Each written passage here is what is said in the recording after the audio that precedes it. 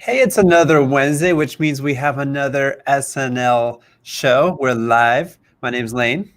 And I'm Scott. Welcome to the show. Absolutely. Today we're going to be talking about all things open house, but more importantly, open house, how to get the highest price because of open house. Absolutely. Believe it or not, some tips and tricks we're going to share with you on today's show can actually help increase your home's value. Let's get started, Lane. Okay, let's see what number one looks like. Number one, make it a grand opening weekend. Absolutely. Similar to a grand opening of a store or a business, you're creating a sense of urgency, a sense of expectation, and I can't wait till the doors open to get in. And it also creates a group environment where instead of launching a listing and allow agents to begin showing the houses on a set date or time where they get to come in, make their appointments, come in at their leisure, we basically keep the floodgates dammed up, and then they open on our grand opening weekend. Elaine, let's explain exactly kind of what that looks like and how we set that up. Sure, exactly right. So a lot of times what we like to do is we like to invite some of the neighbors ahead of time for a neighbors only preview for the first hour. Then we open it up to the public. And the whole point is we want to get as many bodies through the door as possible, because what happens when you have a lot of people coming to your open house, you create that fear of loss. If people are, murmuring and talking about, oh my God, there's a lot of people here, we're going to have to write an offer quickly, or we're going to have to write an offer above the asking price on this particular one. And that's exactly what we want. It's really, really important to make sure that we have it set up. You also only have one first impression, right? So why don't we make it the grand opening weekend first impression, if you will? We're there to make sure, of course it's going to be staged, and of course everything's going to be perfect, but we're there just to make sure everything's put in the right spot, and that we're going to create that perfect first impression. Exactly. As Lane says, we get to control the environment this way, because most times an agent will launch a listing. Let's say they'll finish the computer, they'll hit live at 11 o'clock at night. Showings will begin at 9 o'clock the next morning. Agents can make appointments and go in as they wish.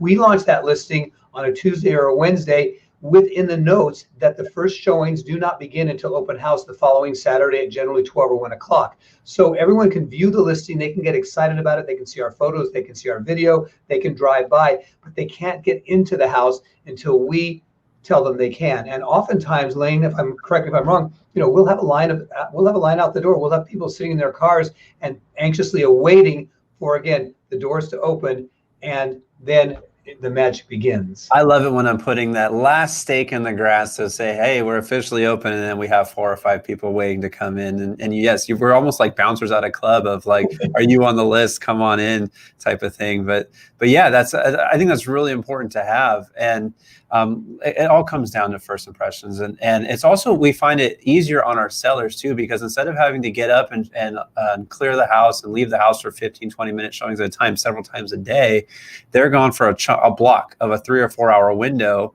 on one particular day, maybe 2, where they can go see a movie, go to the beach, or sometimes they, take a quick little mini vacation for the weekend. So that way the weekend's accessible for us to do open house. But it's a lot easier on our sellers to do it this way too, because if the house is priced right and we're doing our job in this particular marketplace, you might not need more than one opening weekend open house. Exactly. And remember, the title of today's video is Tips to Get You More Money Through the Open House. And one of my mentors, when I first started the business, taught me this line. I remember it. I say it every time we take a listing, and that's exposure creates demand, and demand creates price. We expose the home when we launch it. We create the demand when we get everybody in the house at one time. And then that's what's going to jack up that price, because it's an expectation. Absolutely. So we see what number 2 looks like? Absolutely.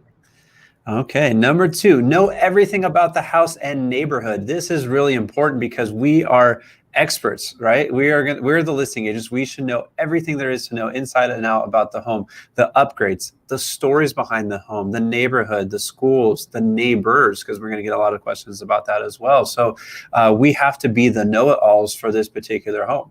And I think absolutely, Lane's right on. And here's the benefit of why this works so well, creating more value for the house, because we're hosting the open house, so we're there. Where if it were a random showing with a realtor using the lockbox and coming at a prescribed time that works for them, they're going to be coming and showing the house. Their client's going to be asking a question. If they show interested buying signs for the house, they're going to say, gee, tell me about the neighbors next door. Well, it's very unlikely that that agent working with that buyer showing several homes that day is going to have any information on the neighbors next door. They may have done a little bit of homework and know the schools and a few stats about the neighborhood, but they're not going to be the expert, as Lane mentioned. We are going to be the expert, and we're going to know more than that agent and their buyer. No, this isn't to put them down at all. It's just to create more value for that buyer. And again, the more value we can create in that buyer's mind, the more money they're going to be willing to pay for the house. Yeah, we want to get the buyers excited. We know all the features, we know all the selling points, we know all the talking points, and we know exactly what we need to do to sell the house. And when we can do that, maybe if there was a buyer that was on the fence and they were just looking for that one thing about the neighborhood to put them over the fence and submitting an offer, and we're there to make that happen, that's one of the biggest reasons why that open house is going to get you more money in the end. And on that same note, if we don't have an answer, think about this. All we have to do is pick up the phone, shoot a text, or call our seller, who's usually within range, because we've kind of prompted them to be available should we have a question or something. So we look good because we can get the answers right there on the spot, convey them to the other agent. They look good to their client. So it's not about one upping the other agent. It's about being in collaboration to, again, create as much value and perception about the house that we can. Absolutely, absolutely. Shall we go to number 3? Let's do it. Number 3, creating a sense of urgency through follow-up. The key is in the follow-up, right? This is one thing that you told me when I first started on your team almost 10 years ago. Well, you know what? And thank you, Lane, for giving me the shout out on that. But communication is key in every phase of the real estate business, and especially after the open house, because agents sometimes, they've shown a lot of houses that day. They've come to our open house, but we want to get the feedback to give our seller. What are people thinking? But here's the magic how this works. We'll call the agent and say, hey, would you tell me a little bit about your client's thoughts on the house, what they thought about the house? Give us some feedback that we can take back to our sellers so they have some information. But invariably, the conversation will get reversed, and the agent will say, my clients really like it. How many other people were to the open house? Do you have any more interest in the house? So again, back to the beginning of this video today, perception creates reality. So we're creating and able to create a perception of demand for that property when we have these dialogues and the follow-up with these agents. And they're very grateful that we followed up with them and we get dialogues going. We find out what key points their clients might have liked about the house, et cetera. Yeah, so what helps is for those that are like really interested in submitting an offer, we're letting them know that there is a lot of interest and there are potentially more, or a lot of cases, multiple offers, and they're going to have to step up when they do submit.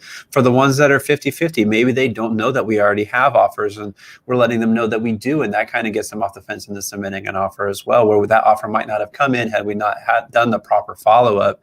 So it's really important to make sure that we do the follow-up. And then also for our sellers, even if the ones that aren't interested in the home and when we follow up, they tell us why, we're providing that proper feedback to the sellers as to why that they didn't want to submit an offer. Maybe it's something that we can fix in our staging, or maybe something we can fix in our comments, but a lot of times it might not be, but at least it gives us that chance to figure that out and to provide proper feedback to our sellers.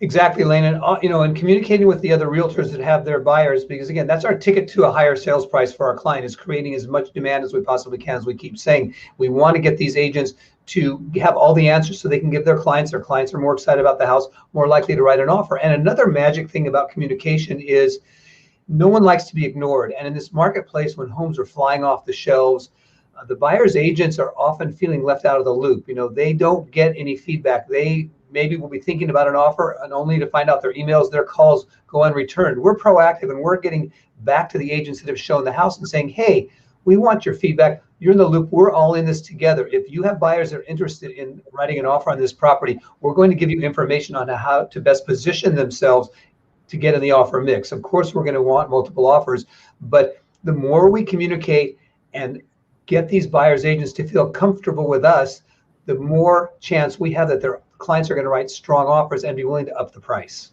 Absolutely. And agents want to work with agents that they like too. So as long as we can come off and be, just completely transparent with them, nice, let them keep them in the know, hopefully they're going to want to work with us, and that helps it out as well.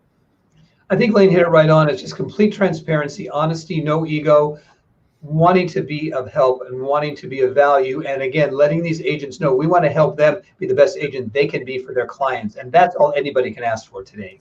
Yeah. So we're talking about tips on how to make your open house net you more money when you sell your home. And we're going to start recap again, starting with number 1, your grand opening weekend open house. Yes. Okay. And again, that's just imagine it's a dam and the dam breaks and everybody comes in at once, but we're controlling how that flow of traffic comes into the house. And that's going to create that sense of urgency because you're going to have more people in the house at a given time. Number 2, be the know-it-all. Know everything there is to know about the house and the neighborhood. Absolutely, Lane. As he says it, do your homework.